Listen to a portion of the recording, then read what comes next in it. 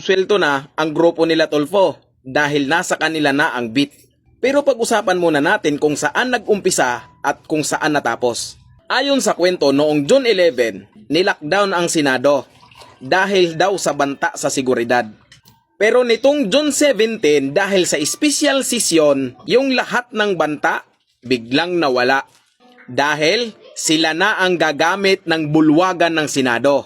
Pero kung matatandaan natin, mabalik tayo ng konti sa kasaysayan.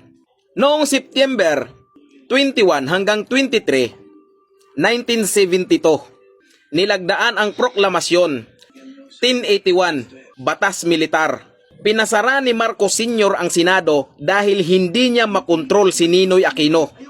At nitong June 11 hanggang 16, 2026, pinasara ni Marcos Jr. ang Senado hindi dahil sa banta, hindi dahil sa kung anumang security threat, kundi dahil hindi niya makontrol si Alan Peter Cayetano.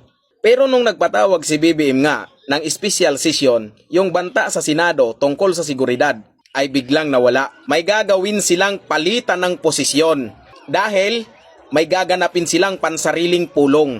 Katulad ng sinabi ko, bigla ang pagpapalit ng posisyon at panunumpa ni Gatchalian minamadali bilang Senate President. At ang naging susi sa lahat ng nangyaring to, si Joel Villanueva. Anong nangyari, sir? Imbis na protektahan yung interes naming mamamayan, ikaw pa ang naging dahilan para buksan ang daan para sa pagbabago ng posisyon ng mayorya. Sinayang mo ang sakripisyo ni Jinggoy Estrada at ni General Bato. Sa isang iglap, naglaho ang lahat ng pag-asa namin. At alam nyo ba na si Joel Villanueva ay hindi lang basta senador?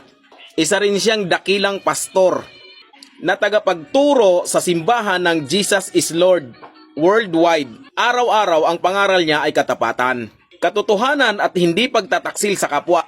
Itinuro niya sa kanyang mga tagasunod na ang salita ay dapat tuparin. Nasa majority ako, and in the past I have been mentioning I will always give my vote for the best of the institution. And that's what I did last. Ang pagkakaibigan at tiwala ay hindi dapat ipinagpapalit sa anumang kapakinabangan. Pero ngayon, sir, anong nangyari? Tinalikuran mo ang pinaghirapan niyong mabuo sa kabila ng banta ng arrest warrant ni Bato at sa kasong kinahaharap ngayon ni Jinggoy Estrada. Nanindigan siya, di ba? Ang lahat ng mga tinuro mo sa lahat ng paniniwala mo ay naging kabaliktaran ng lahat.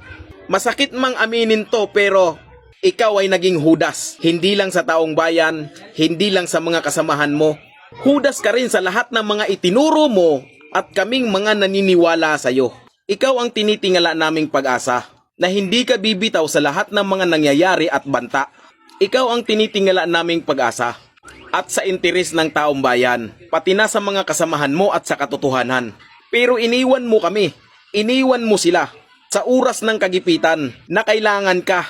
Ibinigay mo ang susi at kapangyarihan sa mga grupong pilit na pinagtatakpan ang katotohanan. Samantalang noong 2024, ikaw pa mismo ang nangunang mag-expose sa malawakang nakawan sa flood control. Flood Management National Government Budget. Ngayong taon po, 2024, mas mataas po ang inilaan na budget ng Kongreso para sa DPWH alone.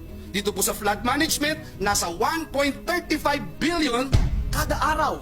Meron po ang DENR, meron din po ang MMDA, meron din po ang Pag-asa, meron din po ang Climate Change Commission. Aabutin po ito ng 1.44 billion kada araw. Hindi na po band-aid solution ang ating kailangan. Hindi po natutuwa yung mga kababayan natin na dinadala natin sila sa evacuation center. Kahit may dala po tayong relief goods, hindi na po sila natutuwa.